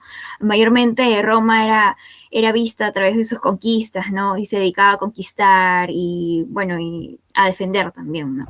Pero, bueno, con este punto vemos de que al momento de expandir el imperio, ¿no? Y solamente conquistar y no tratar de establecer, por ejemplo, si conquistas a un pueblo extranjero y lo unes al imperio, tiene que haber un proceso, ¿no? De instaurar las nuevas costumbres, los nuevos cultos, ¿no? Para que así evitar también lo que son revueltas internas más adelante. Pero es lo que Roma en sí no lo planteó, ¿no? Como que no le interesó mucho.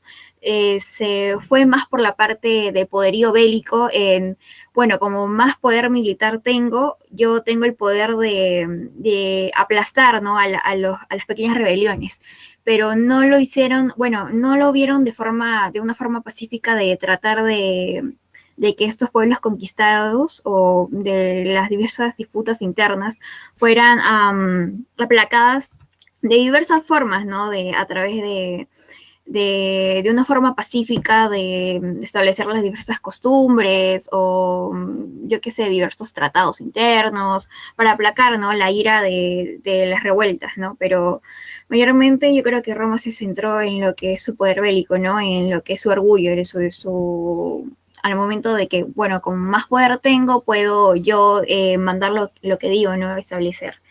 Más se dedicaron a la conquista, pero no se dedicaron a, bueno, establecerse, ¿no? Establecer como que la base de un imperio estable en sí, lo que provocó más adelante lo que es, bueno, su caída, ¿no?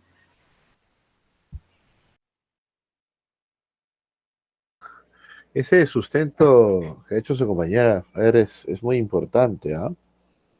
Porque lo que nos está diciendo y lo afirma bien puntual es que hay aún hoy en día siempre diversos reflexiones en torno a la caída final de Roma. Esa es solo una línea, ¿no?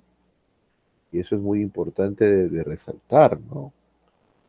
Por ejemplo, me gustó mucho el cuadro, eso lo expuso Fernanda, con el tema comparativo de ese cuadro económico, ¿no? Ese cuadro estadístico en gráfico, ¿no? De XY, que pusieron tanto en comparación lo de Roma de Oriente con lo de Roma de Occidente. De alguna manera el orden y una situación bastante más tranquila en lo político, con sus salvedades en Oriente, permitió pues que este esté por lo menos 500 años más, ¿no? Mientras que ya la caída de Roma de Occidente era bastante clara, ¿no? Muy bien, Juventud, ¿ah? Y creo que cerramos con la participación de nuestro amigo Álvaro Daniel. Sí, profesor, ¿qué tal? Buen día. Ante todo quiero felicitar a los compañeros por la buena ponencia que han tenido. Y sobre la invasión de los bárbaros, y ya como lo han mencionado el compañero Juan Guillermo y Carlos Méndez, me hace acordar mucho a la invasión de los españoles hacia el Imperio Incaico, ¿no? Y acá quiero tomar varios factores, así como lo han tomado también en la ponencia, ¿no? Factores religiosos, factores militares, factores políticos, ¿no?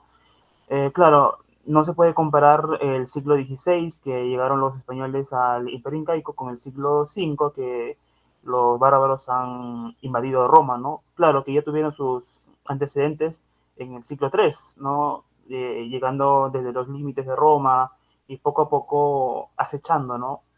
El Imperio Romano. Y bueno, pues en el siglo V ya de una manera total llegaron a invadirlo. En el nivel político, quiero comparar, ¿no? Que el Imperio Incaico para ese tiempo hubo una crisis política, ¿no? Esa guerra civil entre Huáscar y Atahualpa, pues, ¿no? Y los españoles vieron esto como se puede decir, como un punto extra para que puedan invadir, ¿no? El imperio, ¿no? Y también con apoyo de las etnias, ¿no? Como los changas, ¿no? Entre otras etnias. En cambio, los bárbaros también, claro, ¿no? Para ese tiempo hubo crisis política en Roma y, ¿cómo se llama? De una manera violenta han acechado, ¿no? En el factor religioso, bueno, el imperio incaico tenía una religión politeísta, ¿no? Al dios Viracocha, al dios Inti, creían en varios dioses. En cambio, Roma, bueno, para ese tiempo ya estaba, se puede decir, influenciándose de la religión católica, ¿no? Y cuando llegan los bárbaros, ellos se influencian de la religión católica. En cambio, los españoles, con los incas, o bueno, hay una síntesis entre el cristianismo con la religión andina, ¿no? Y, y bueno, pues fue toda una logística por parte de los españoles llegar hacia América, porque también bueno, pues también tiene que ver mucho esto con el factor geográfico, pues, ¿no? No va a ser igual invadir América con bueno, no con la cordillera de los Andes, con el tema de la altura, que invadir Europa, ¿no? Roma y todo eso. Bueno, profe, ese ha sido mi comentario y nada, gracias.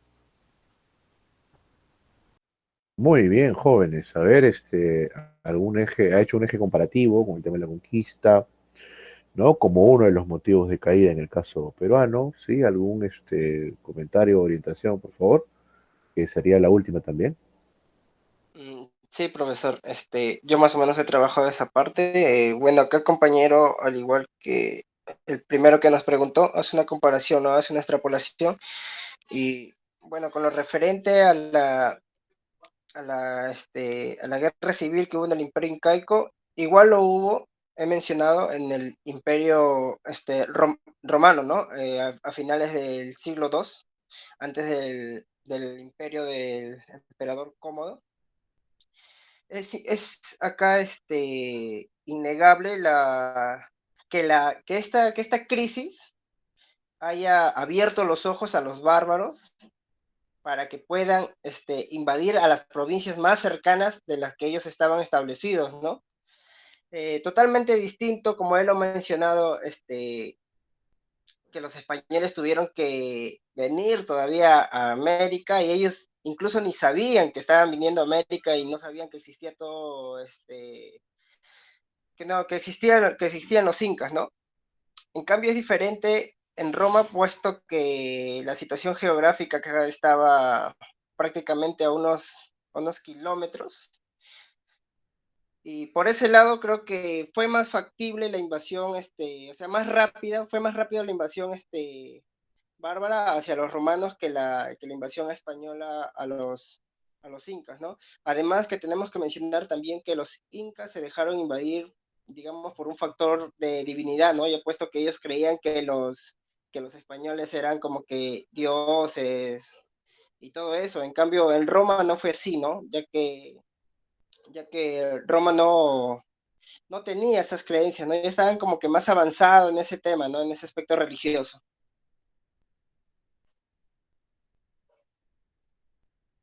Claro, el Sí, aspecto... Adelante, por favor, adelante, Nicole, sí, dale. así, solo quería complementar que es bastante, digamos, podría ser común porque cuando estábamos investigando, cuando yo estaba investigando, también hice la comparación digamos, con el Tahuantinsuyo y la invasión del Tahuantinsuyo entre sí, porque digamos que si se parecen algo es en la situación en la que se encontraban, ¿no? Ambos imperios en crisis, llegan bárbaros, es decir, llegan extranjeros.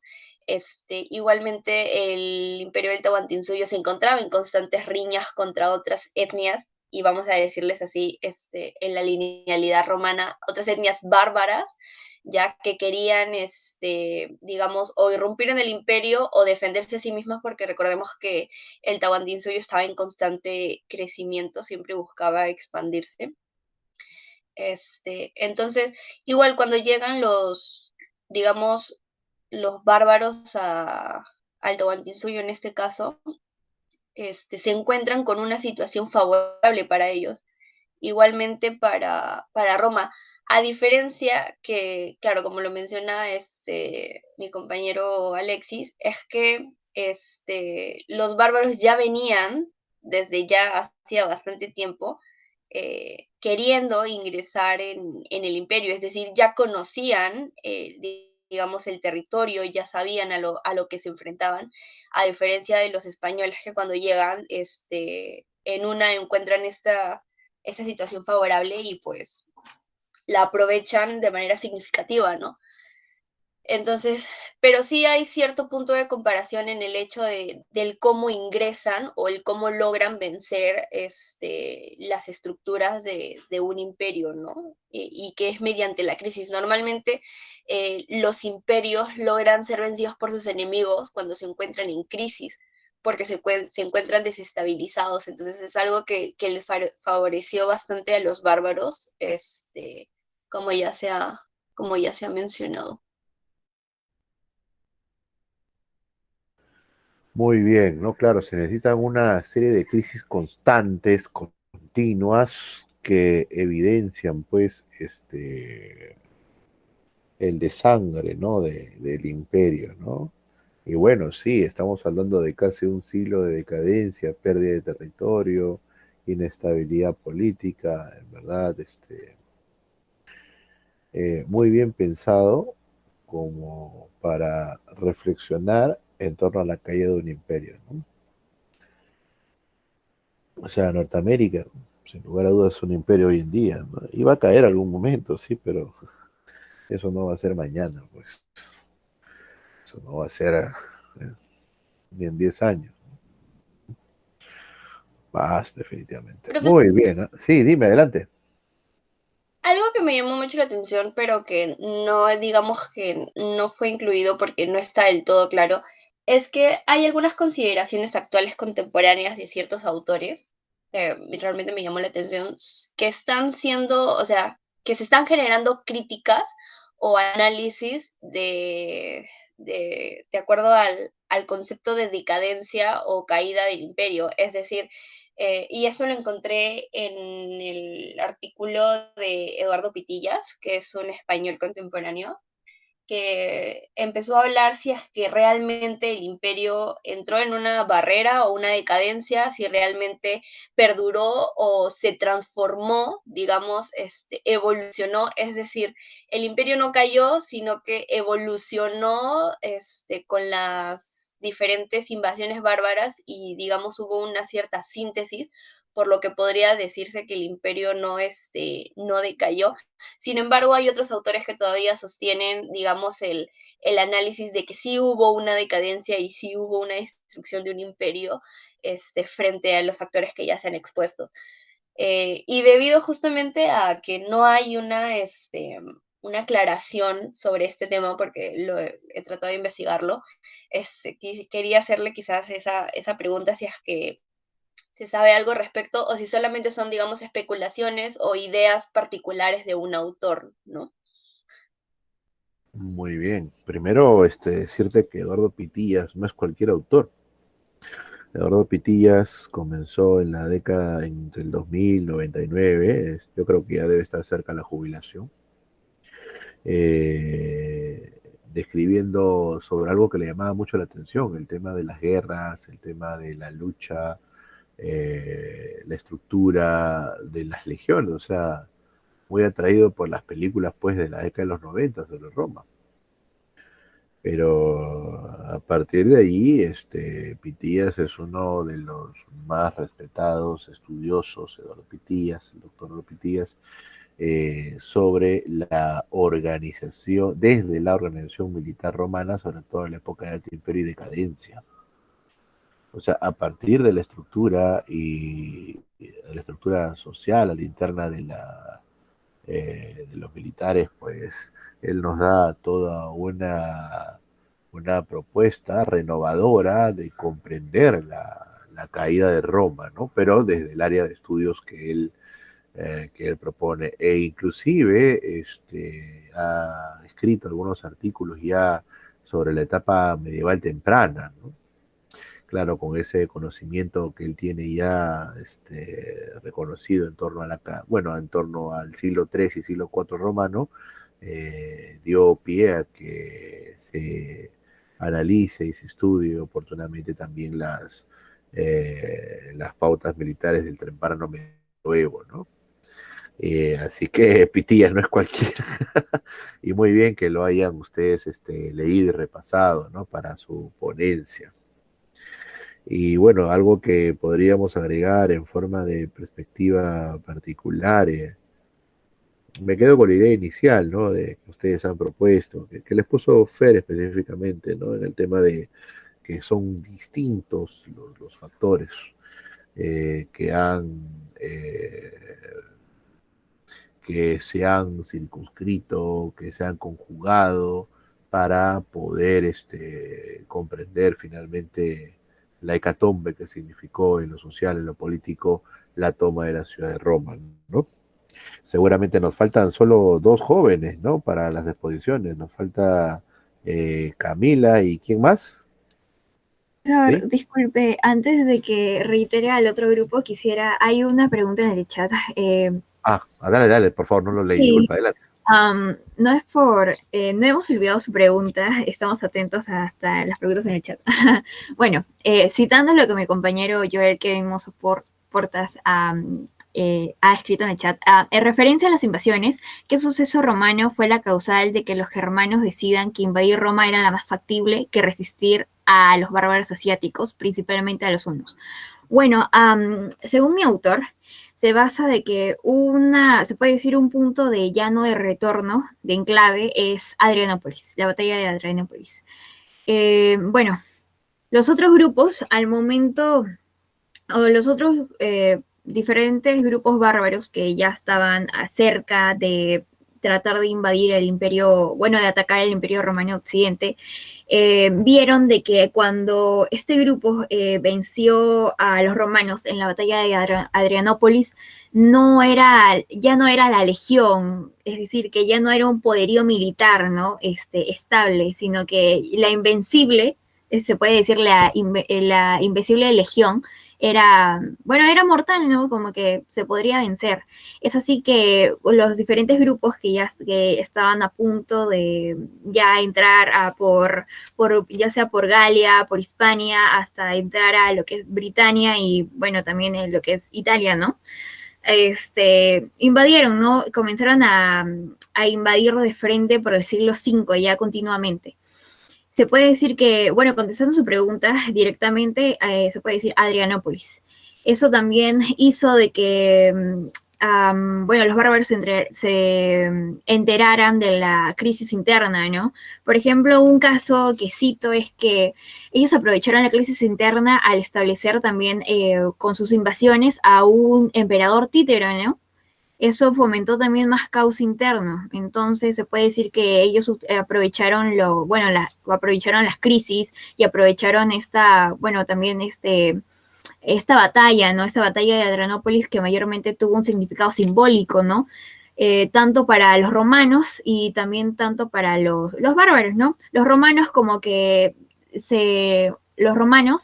este significado fue para que, en sí, que su poderío militar ya no era de todo estable, ¿no? Que ya con eso se notaba la decadencia. Y para los para los bárbaros, era que, bueno, se podría invadir, ¿no? El imperio romano de Occidente, ya estaba decayendo. Había diversas crisis internas que ya la legión no era de todo invencible y ahí comenzaron las diferentes oleadas a las conquistas directamente, ya por el siglo V.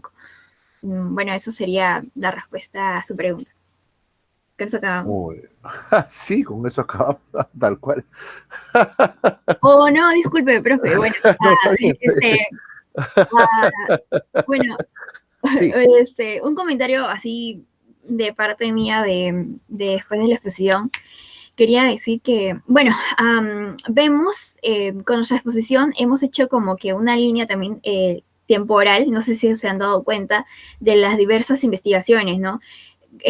Los diversos autores que se han planteado son de diferentes etapas, de diferentes siglos o que tenían diferentes metodologías, hasta llegar a las metodologías actuales, ¿no? Es así que cada autor aporta de diferentes fuentes, se basa en diferentes materiales, fuentes, que logra complementar, ¿no? Abarca nuestra gran, se puede decir, nuestra información que hemos dado en la exposición. Y otro punto también, en base a mi autor, es que se basó netamente en lo que es la cerámica. Cómo logró establecer, como usted mencionó, ¿no? Las curvas del paralelo Y y X que mostré en mi exposición en la parte de factor económico. Eso se debe a que las investigaciones, entre comillas, recientes, bueno, aunque el libro está basado en 2007, se estableció a través de la cerámica, los vestigios de cerámica. Se dice que se pudo establecer lo que es la economía romana a través de los vestigios cerámicos, a través del comercio, a través de los intercambios que existió. Y bueno, en base a ello se pudo establecer de que, bueno, después de la conquista, se puede decir después de que del siglo V al siglo VI, como un pequeño spoiler, es como que ya no hubo, la cerámica romana ya como que dejó de existir. Es decir que la economía, después de que decae en el siglo V, ya en el siglo VI hay un retroceso. Es decir, de que lo que es la economía romana decae. Se puede decir que se vuelve a la época oscura, como si podemos aludirlo a los griegos, de que de la edad de bronce retrocedieron más atrás. Es igual, ellos de lo que estaban de un estado moderno retrocedieron a la edad de bronce. Ya no se hubo ningún vestigio romano de cerámica, no hubo diferentes, diferentes, se puede decir, interpretaciones culturales, ¿no? A través de la cerámica o vestigios cerámicos que represente lo que es un avance cultural, ¿no? Hasta ya más adelante con las diferentes sociedades de la Edad Media. Listo. Oh, está bien, está muy bien, porque ese es el camino para poder comprender la Edad Media. Es decir, no es solamente una caída política o militar. Verlo como caída política o militar es realmente insuficiente, como les pone Fernanda. Hay que verlo desde un punto de vista más amplio, y de una consolidación también de los pequeños reinos y por supuesto de un debilitamiento político que fue progresivo, pero sucedió, ¿no?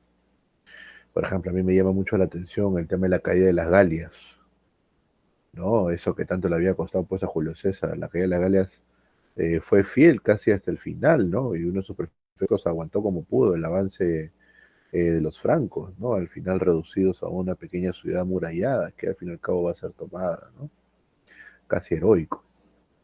Muy bien, jóvenes. Wow, 11:03. Como son ya casi 11:05, nos vemos a las 11:20, ¿ah? Qué bonito, ¿ah? Prácticamente pues ha sido